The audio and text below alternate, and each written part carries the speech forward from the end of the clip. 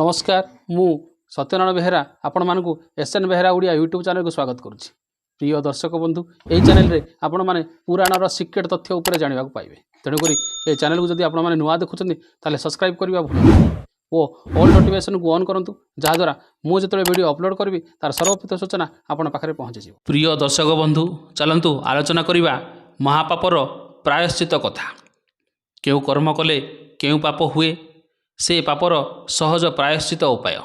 थरे सुतमुनि सबु ऋषिमानंग आगरे महापाप कौन ताहा प्रायश्चित किपरि हुए से विषय कहिले।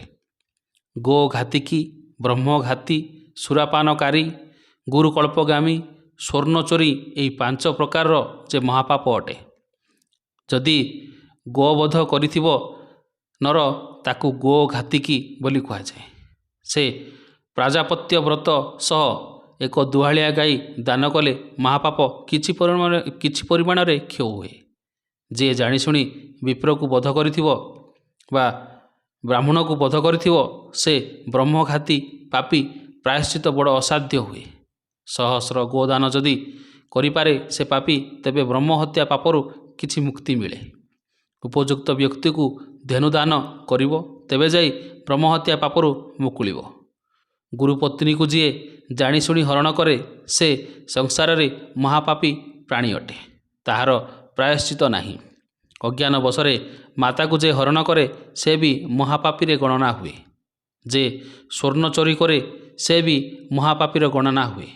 स्वर्ण चोरी पापी निजर पाप विमोचन पाई जुबागु गोमूत्र रे मिसाई भक्षण करिवो। 3 मास जाए विष्णु मंत्र स्मरण करी विष्णु गायत्री मंत्र जपिबो। तापरे 1 वर्ष पर्यंत एक बेला भजन करिवो तेबे जाई स्वर्ण चोरी पापी को मुक्ति मिलिबो। सुरापाना करी जे मद्य पान ग्रहण करे से ब्रह्महत्या पाई जहा किछि प्रायश्चित ता पालन करिवो। जदि रोग निवारण पाई औषध रूपे सुरा को सेवन करे हेले भी ताकू पाप लागे। 2 चांद्रायण व्रत कले शुद्धि हुए। यही सुरापान करवा क्षणी प्राणीर काया मारा हुए। परधन जी हरण करे से महापापी 12 वर्ष जाए कुच्छ व्रत पालिबे। पालिले प्रायश्चित हेबे। रूपा चोरी करिथिबा जो जन सी शांतपन व्रत पालन करिवो। कांस्य कंसा पितल आदि धातु द्रव्य जी चोरी करिथिबो से पराक व्रत कले प्रायश्चित हेबो। परस्त्री हरण जे करिथिबो से ब्रह्महत्या व्रत कले प्रायश्चित हेबो। मातृभग्नी, पितृभग्नी, आचार्य भग्नी, दुहिता, शाशुंकु जे कामातुर होई हरण करे से महापापी हुए। ताकू ब्रह्महत्या पापर व्रत करने को पड़े।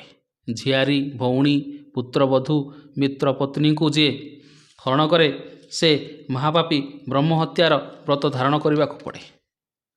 गुरु होई जेबे शिष्यर भार्या को हरण करे से महापापी ब्रह्महत्या पाई जो विधि अच्छी ता पालन करने को पड़े।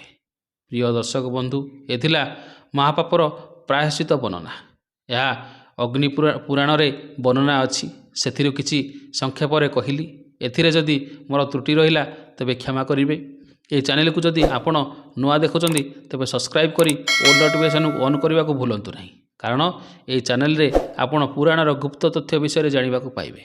ये वीडियो गोटे लाइक करंतु और निज सांगसाथी मित्र शेयर करंतु। शेष पर्यंत देखिथिबारु धन्यवाद। रहुची नमस्कार। ओम नमः शिवाय।